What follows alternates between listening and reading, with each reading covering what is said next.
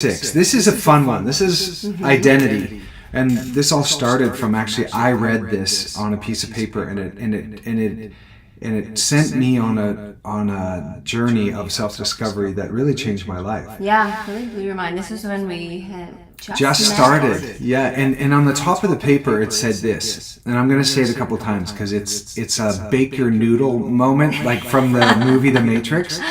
The you who you know yourself to be may not actually be who you really are. So I'm going to say that again. The you who you know yourself to be may not actually be who you really are. Mm-hmm. And so this whole conversation today is about identity. And it's a really, in this conversation of the power to change, you really have to change who you are being in order to have lasting change. And a lot of that comes down to identity. And in our lives, we create these identities for ourselves based on usually super echoey. Yeah, I don't know how to change that. I'll have So we want to really distinguish this whole change thing, because we truly believe every person is whole, perfect, and complete, exactly the way they are. And it's not like you need to fix yourself or change yourself, but often what we do need to do is to remember who we truly are. Now, as we go through life, we get put through a bunch of filters, which Paul's looking at filters right now. Looking at audio. So we see the world through a filtered lens, depending on who our parents are, depending on what communities we're part of, what political, social groups we're a part of, what churches or religion or organized groups that we're a part of, what type of school we went to. All of these create filters of lenses of how we see the world.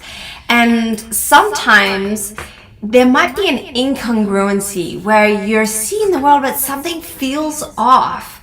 And that's because your belief system or your genetic makeup is not totally in alignment with the filter or the lens that you've been taught to look through.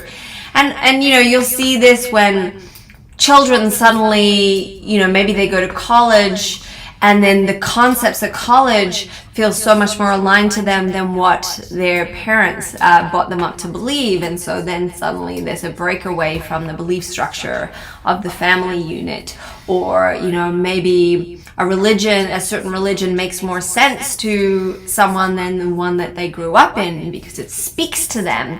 The God of that speaks to them that way. So we really want to define that when we have the power to change, it's more like stepping into the alignment of what our soul, our true self, is begging or asking for.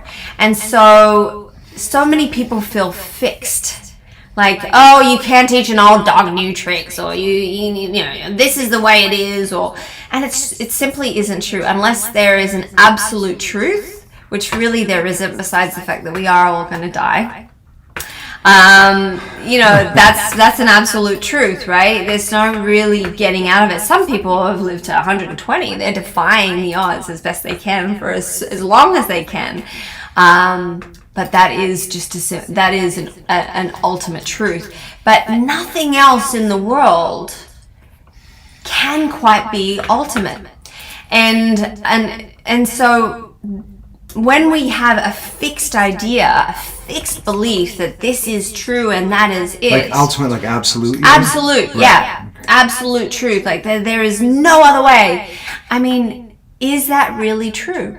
Is that really true? It's true for you, but someone on the other side of the world that grew up in a totally different set of circumstances and different belief, it's not true for them. So this is why the exciting thing about identity is we so feel like we're stuck. And I'm the strong one, I'm the dumb one, I'm the sporty one, I'm the this. And these are all identities that were given to us. Yeah.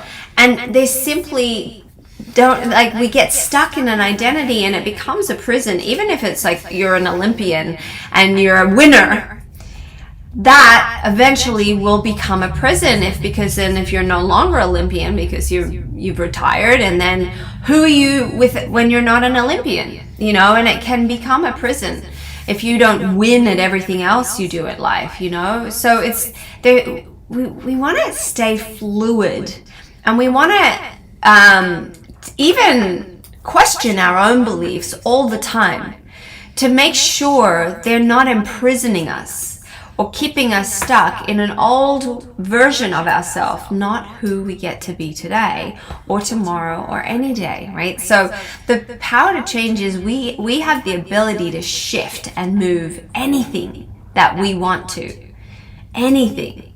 And we've all seen the stories of, one of my teachers, Tony Robbins, was an extraordinary one of that. He had a tough childhood, and a lot of different fathers coming in and out. And then, in his 20s, he was a janitor.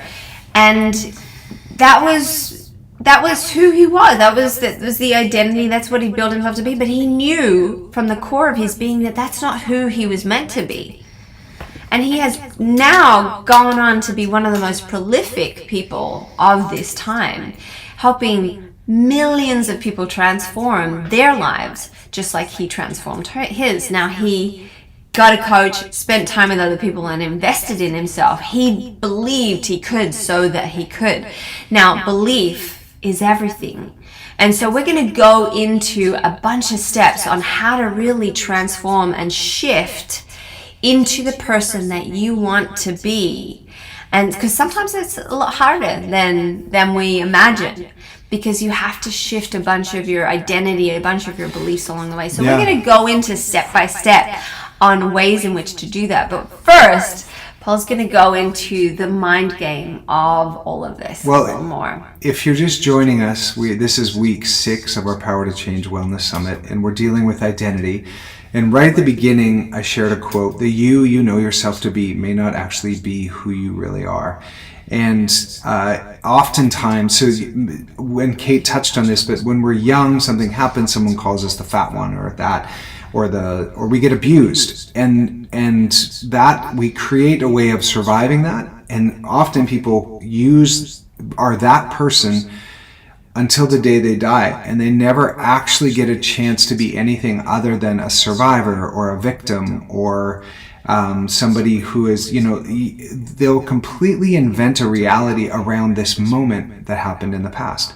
And for most people, their past is not in their past. Their past is in their future. And they just keep living Groundhog's Day over and over again because of this fixed personality. And they go, well, this is what's going to happen. And then you get to be right over and over and over again because you keep recreating your past into your future. Yeah. And so the opportunity is that we can actually create something now in 2024 that is different from all these years that have just, for some of you, have been Groundhog's Day. Like the same number in the bank account, the same number when you look down at the scale, the same group of friends that are gossiping or pulling you down, the same stuff that you keep eating over and over again, or the news programs or the TV programs that you watch. And so 2024 can be something totally created and totally new, and you can actually design something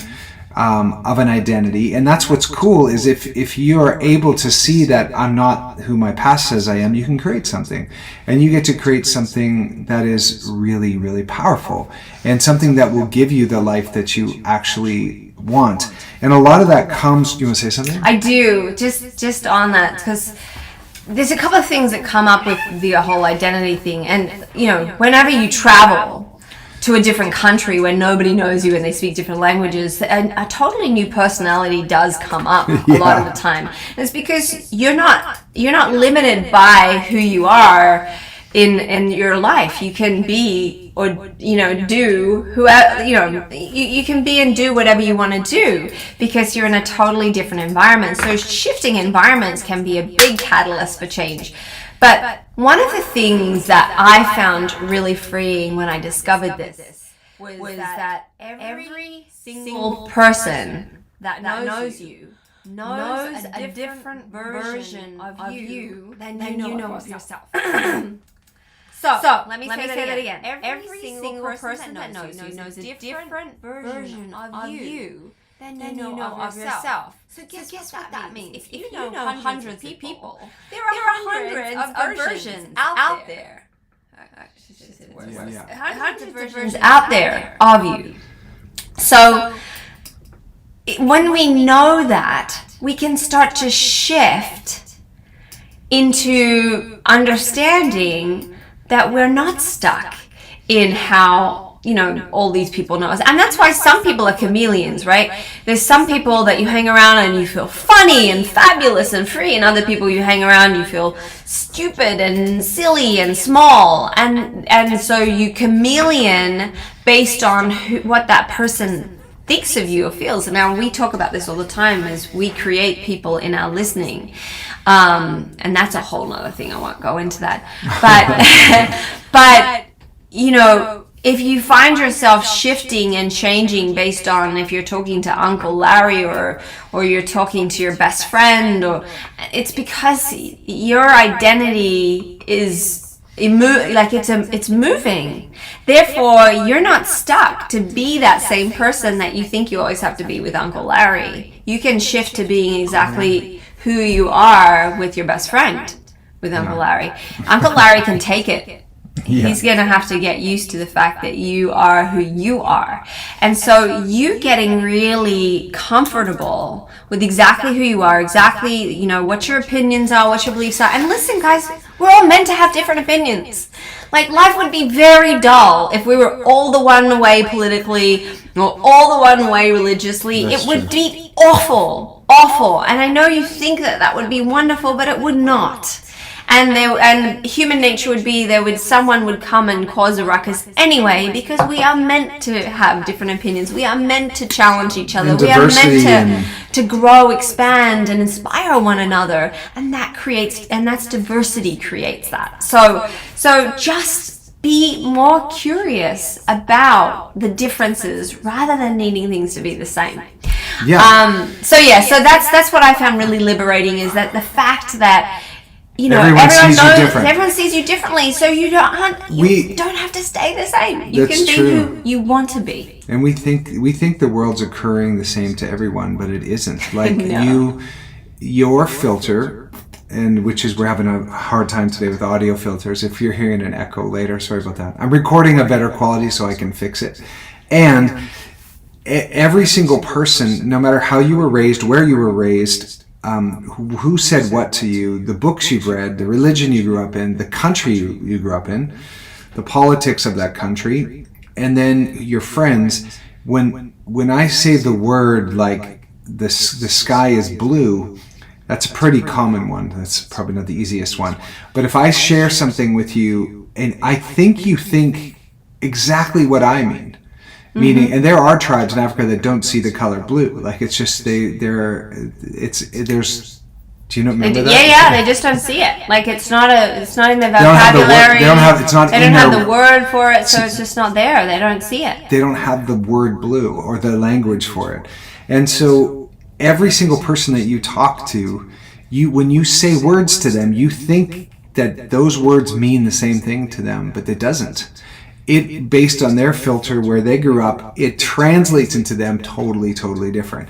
And so what's the good news is you can create anything you want. You're not fixed in something, in some victim thing that happened to you in the past. And 2024 can be radically different based if you say so. And so it can be a really simple shift.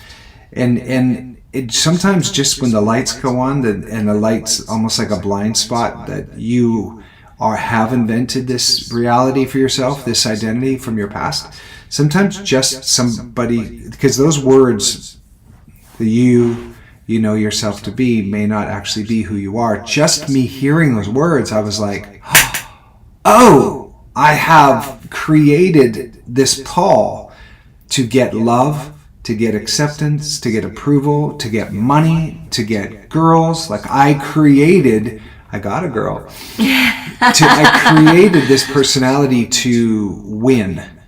and it may not actually be who I truly am, which is really kind of exciting and cool.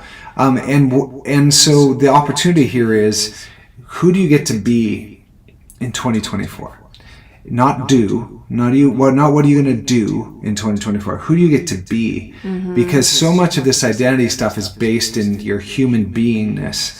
And we're so busy doing, and we think that is what makes us who we are, but it isn't. And in this day and age, we're reacting all the time. The fact that we have devices that ping at us all day long, drawing our attention to whatever it wants. It's keeping us distracted from the goals or the things that we really, really want to create. Now, 20 years ago, we didn't have that. So we're having to navigate life differently, and the level of how we're pulled constantly towards everyone's needs and desires, because everyone can get a hold of you at any second of the day, and that just wasn't the case before. Right. And if you didn't answer your landline, then nobody knew where you were. So it's I miss those days. Well, and the amount of information we get in a day is from our phones and our TVs is more information than our grandparents got in their entire life. So if they lived 100 years, if they lived 100 years ago, if they lived 100 years old, so they. So okay, we just want to address. We know the sound is not good. Do you want to? Should we? There's nothing I can do. There's nothing you can do. I'm recording in the background, so I'll sync it up and we'll just redo it later. Everyone, they can hear us. It's a apparently it's really bad. No, it's not, because I changed it. We're good. Okay, so. If you want to listen to a clear version, you can pop onto my Instagram account, Kate. It's clear. It's just a bit echoey. Austin.alchemist, or you can jump onto our Freedom Alchemist TikTok. Okay. Anyway, so let's get back to it. So what we wanted to do is give you some action steps on how to really create the beingness of your life, rather than do, the being in the doing, so because it's like, oh, what am I going to do for 2024? I'm going to, all of these things, which is so many more things to do, rather than how do we step into being. And from that being, things get created because we are clear and intentional on what we really want. So the first step, do you want to go through some of these? Yeah, go for it. You go. Bettina said it's distorted now, so you do the first one. I'm going to try to fix this distortion. Oh, no. I don't know why. I don't know why. Anyway, so the number one is stillness, meditation. How you start your day is generally how the rest of the day will go. So if you start your day and you pick up your phone and turn off your alarm and then you start scrolling, guess what? You're going to be in reaction for the rest of your day. That's your right. day isn't yours. You're primed. It's primed to the world, to everybody else's needs, to whatever everything else is going on. And you might be munging out, like, oh, I'm just going to scroll for a minute. Log out on your phone. Then guess what? Your day is not going to be set up powerfully for you. You're becoming an observer or in the passenger seat of life, which is not where you want to be. No. Right? So you want to either get up and move your body, get outside and go for a walk. That's the number one thing you can do. There's a million health benefits, and we've gone over them in in our other summits. So that is a perfect way to get vitamin D in your eyes, help your sleep cycle, just move your body, get lymphatic fluids moving, all of the things. So that was a really powerful way to start your day. Or if you can't do that, at least 5 minutes of silence, like just sitting and being present to your breath, to your body, to this beautiful thing that helps us move through the world. Really just in gratitude of that, in gratitude of the breaths you can take. So breath work and meditation are truly essential in this day and age. It is. And if you want to be radical, go do a Vipassana where you will really get to know that voice in your head. Both Kate and I have done them. They're a 10-day silent retreat, and they're free. You can leave a donation at the end when you go, and you literally sit there with yourself for 12 hours a day in a very quiet, meditative place for 10 days. And when my dad passed, and it was a very intense time, I went there and spent 10 days in silence. And I highly recommend some version of that so you can go, oh, I'm not the voice in my head. I'm not what other people say I am either, but who am I? And it's like, we realize this is a big existential question. This isn't just like this, we're going to give you in this live, like, this is who you are. But the cool thing is you get to create it. And you have been creating it your whole life. You've been creating who you are. And the question is, do you like that? Do you like that persona or that identity that you invented? And you did it. And it's probably served some of you. We're not saying it's a bad thing. Sometimes these things we create in the past, they're to survive something.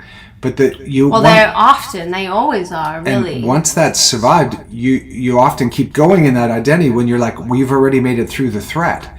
And so there's an opportunity just by bringing some awareness to it that you can be something a little bit different. It's really cool. Okay, so movement, we went over that. You can also, your environment is a really big thing to creating who you are. Who do you surround yourself? Who are your mirrors? Who are those reflecting people? Are they reflecting back truth? Are they reflecting back just what you want to hear? Or are they in your gossip, or negative, gossip or community? Gossip, or, if your days are filled with talking about celebrities and what they're doing with their lives, then you should, pick a new friend group. And because that sorts of stuff can get all consuming, but it's like, why are you not talking about your own lives and what you're up to, and supporting each other and rooting for each other? Right. So finding your community, finding a bunch of people that stay in the conversation of your health, of your life, of your goals, of your dreams. People just don't talk about these things anymore. And why not? Why not? So really you want to do that. Now, we are the sum total of the 5 people we spend the most time with. So you really want to trigger warning. Look at the 5 people that you're spending all your time with and be like, is their lives something that I aspire to? And if it's not that you just get rid of them, but you need to start spending more time with people that are doing the things that you want to do, being the people you want to that you look up to, or that you really want to create and generate yourself as, right? So if you don't have the career you want, but there's someone that does, see if they would be your mentor, see if you can work for them for free, see how you can get yourself in that world so that you can start seeing the ins and outs of how they operate. When I read something that if you suddenly hang out with a group of millionaires and you're the only one that's not, it will only be a year until you become one. And that's because the conversation is at a level where they're talking about things that are of that caliber, right? And how to grow things and how to shift things, and they know secrets and ways in which to fast track things, right? So it's just a knowledge base. And if you spend your time around that, then you will get that knowledge base. Whereas if you spend your time around, gossip magazines and oh my gosh, did you see what happened to Julia Roberts? I'm like, yeah, all these things, then that's what's going to happen, and you'll be stuck in that world, and that's not going to elevate you out. Reading books, books that expand your mind, that help you grow new concepts, and they're like seeds of thought, and they grow flowers and they grow trees, but you have to have those seeds of thoughts go in.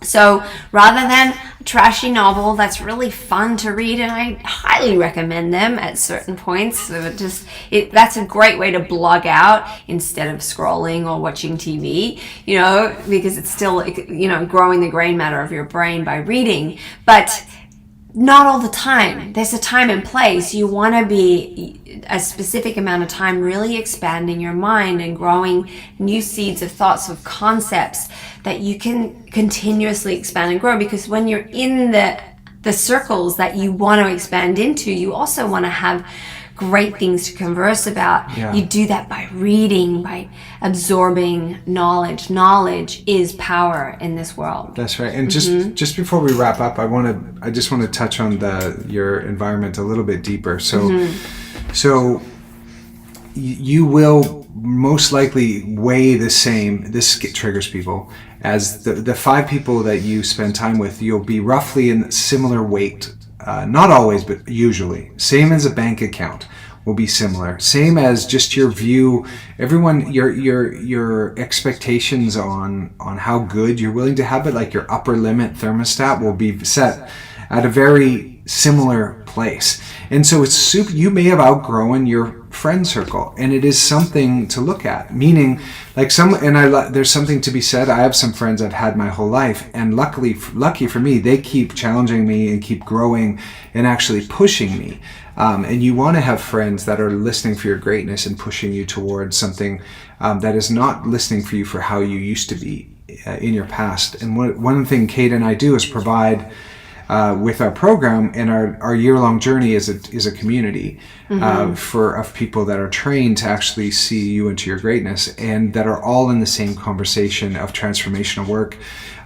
In full transparency, Kate and I have a program, like a year-long alchemy method that we take a group of people through that goes deeper into identity and into relationships. And Kate has her master's in NLP, if you're just tuning in. Which is neuro-linguistic programming. Yeah, so she can read minds. Yes.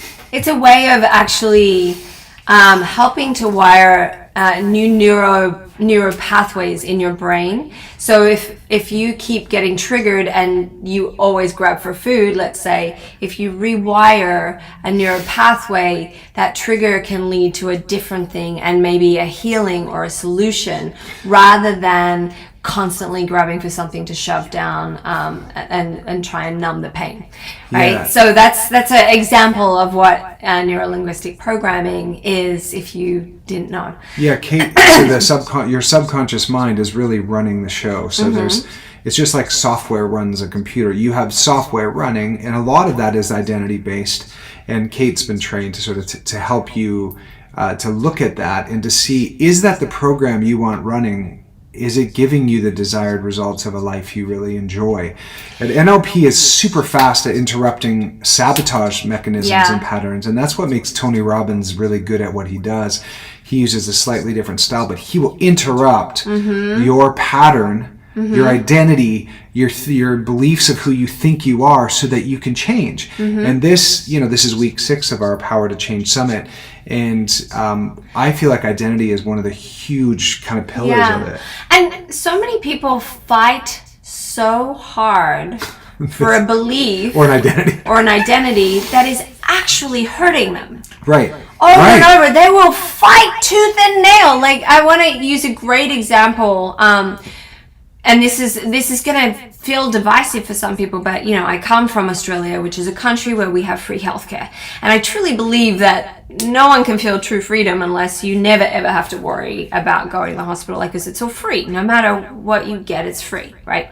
So, and then I saw in this country, whenever anyone's tried to bring in anything that is moving toward the direction of having free healthcare in this country, people that need free healthcare the most will fight tooth and nail for it not to happen, because they don't understand it. They don't understand the concepts. They think it's like control or government control, but it's like, no, these are the steps that you have to take in order to eventually get free healthcare where you're taken care of, and people will fight for it not to happen. So that's a perfect example of an identity, like, oh no, this is this, and it's like just not really understanding the whole concept of what it is to be taken care of in that way. Or someone's taking care of someone at their house, like they're the caregiver, and they've become a martyr, and they've been taking care of everyone in their family, making sure everyone's okay, and they get actual love and acceptance and approval from everyone, and they think that if they're not doing it, everyone will fall apart. And they're like enabling everyone to be less of themselves. In the meantime, they fight for this identity because it's all they know. But then they're exhausted and they're burnt out. And then so often a caregiver can pass before their patients because they're so burnt out and they do not take care of themselves in the situation. And that's the place to look. Do you have energy? Like, do you have vitality? If not, there's a good chance your invented reality or identity you've made is draining you. And it's a really great place to look. Like, does you being that martyr or that servant and you're taking care of everyone, do you feel drained? If you feel lit up and you feel like you wake up with like, yes, I get to do this, then maybe you're doing the right thing. And it's like, I feel it's a really great place to check is, does this thing bring you vitality and energy? And if not, you could be just wearing some strong suit, putting on some armor that gets you something. It's actually, and it's heavy. It's heavy to carry around that armor, and you don't even know how to take it off anymore because you feel like if you took it off, you would dissolve. You would be invisible. Who are you without that? If you're not the carer, you won't get the love that you want. There's so many of these constructs that are made up in our mind, but we believe are the truth. And it simply isn't true. So, just having someone else to reflect back to you and ask you those questions, like, do you know that to be absolutely true? And that's what I love that you're saying that, because that's what the Byron Katie work does, is helps you sort of look at that. Like, is it true? Do I know it's true? Who would I be without the thought that that's true? It's one of our mentors and teachers is Byron Katie. And she deals in identity in a way. I guess it's another access point.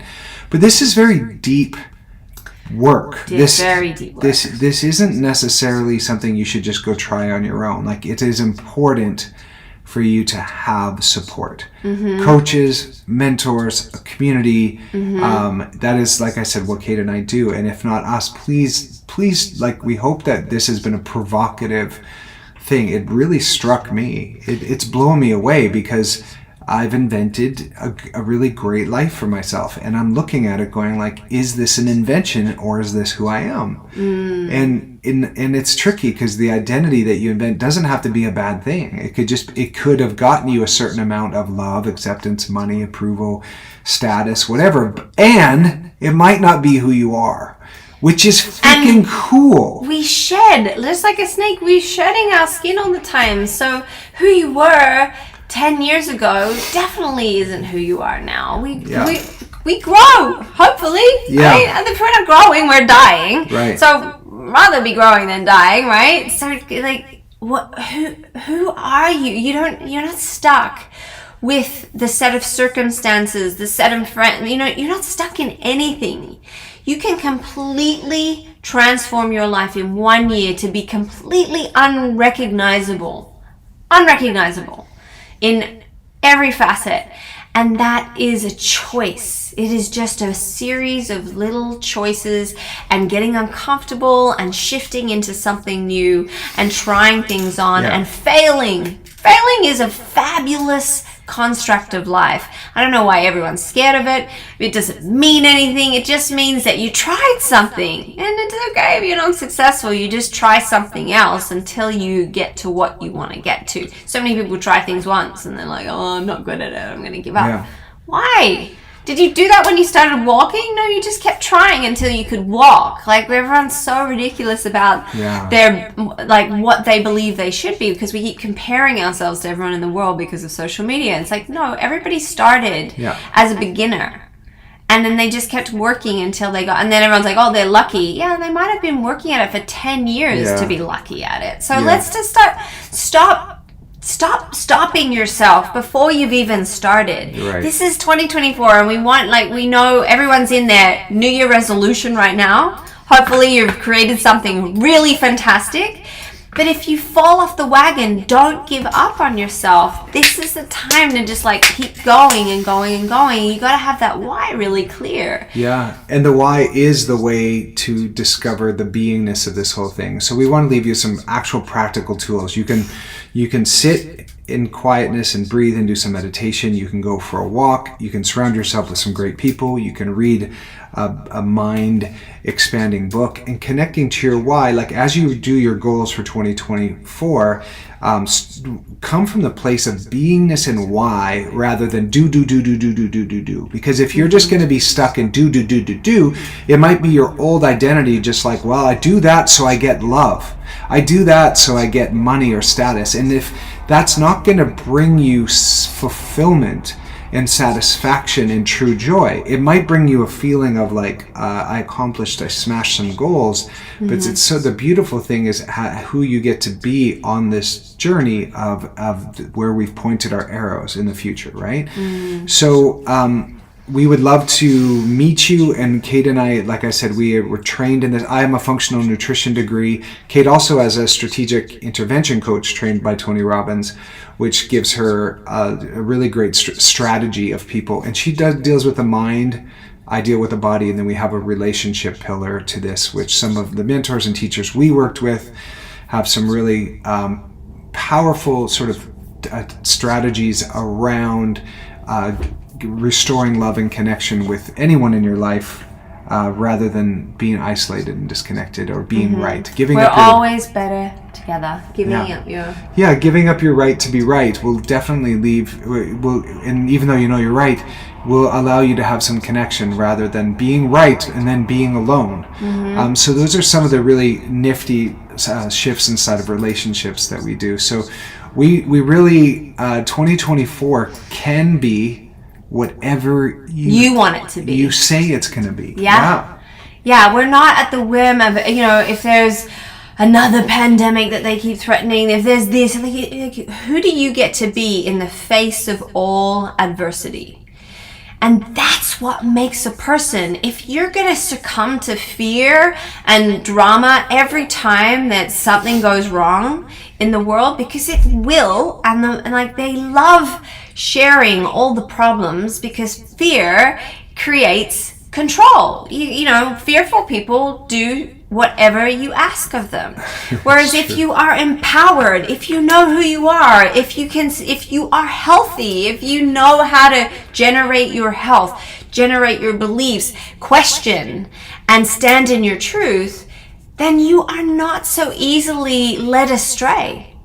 So no matter what happens in the world, you can own your sovereignty and own your power. So how do you do that? How do you get to that? And if you don't know, if that feels really overwhelming and confronting, then we are here doing a program to really have people stand in that, to know how to regain their health, to reverse age, to reverse disease, how to stand in what they're creating for their life, and just go at it and take tiny steps daily until it's their reality. Yeah. It's really simple when you have a structure, and that's what we create for people. So if that sounds like something you want, if you want to fast track all your goals and dreams and have a life so powerful and profound in just 1 year, rather than like fumbling around for 5 or 10 years, then just take action. Go at it. It'll be the best thing you've ever done. In the description of this video, there will be a link where you can just click and it'll get you into our world, and we can reach out to you, or you can book a call right there with us. So what can you do? I'm going to leave you with a question. What can you do to make sure that 2024 is different than say 23 or 22 or 20? Like, you might be overweight, you might be severely lonely or broke or depressed or anxious. Who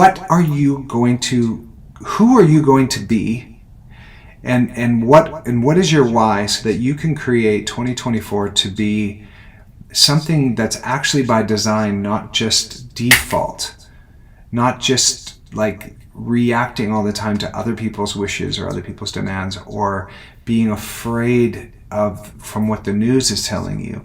Like, what can you do? And if you're watching this, you can let us know in the comments too. What are you gonna create in 2024? And who do you get to be to make sure that is actually something that you want? So many people are living a life that either is to make their parents happy or just to make God happy, but they're not necessarily living their life. It's a deferred life. They're living so that their kids are okay, or they're living so that their parents aren't embarrassed about them, or that someone in their church doesn't think they're too progressive or too conservative, and we have these confinements of all these shoulds, that we should do this, and it's just like, I want for you 2024 to be different. Like, what do you really want? And who do you really get to be, and why? And those are some really great places to start. And if you want a little extra help, then just get in touch with us, and we'd be overjoyed to help guide through some of these interesting woods. These are deep. Identity is deep woods, man. It is deep, deep work, and it's confronting, and you're gonna fight it. Like, the old identity doesn't want to let go. Your brain. You're gonna fight it you're gonna fight for your pain. You're gonna fight for your smallness. Yeah. You're gonna fight to stay exactly how you are, because it's what's known in our brains. Kate does this work, but our brains are designed to keep you safe. They don't want change. Your brain doesn't want you to try new things and to be brave and to be adventurous. It just wants safety, security, and the same old thing over and over again. So you're actually going against your biology to have the power to change, which is cool, and it's exciting, and we know you can do it. Yeah. So, with that, we will bid you adieu. We'll bid you adieu.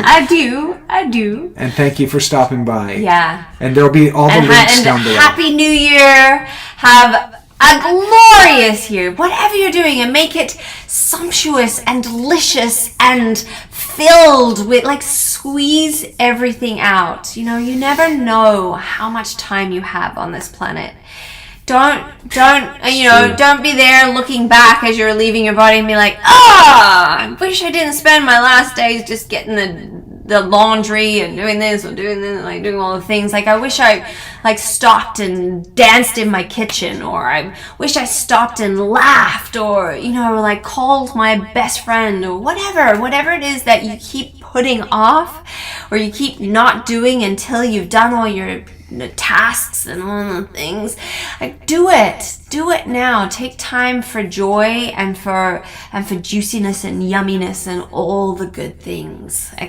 And we're talking about true yumminess, not things that are nasty that you think is good for you. It's not nasty stuff that is an escape from your stuff. Anyway, this is a very deep identity question in this, so I'm not gonna go any further, but just know, squeeze all the juice out of life. That's right. You just never know. You never know. So, all right, we love you. Happy 24. Yeah. And we have another one of these coming up. Our final one next week.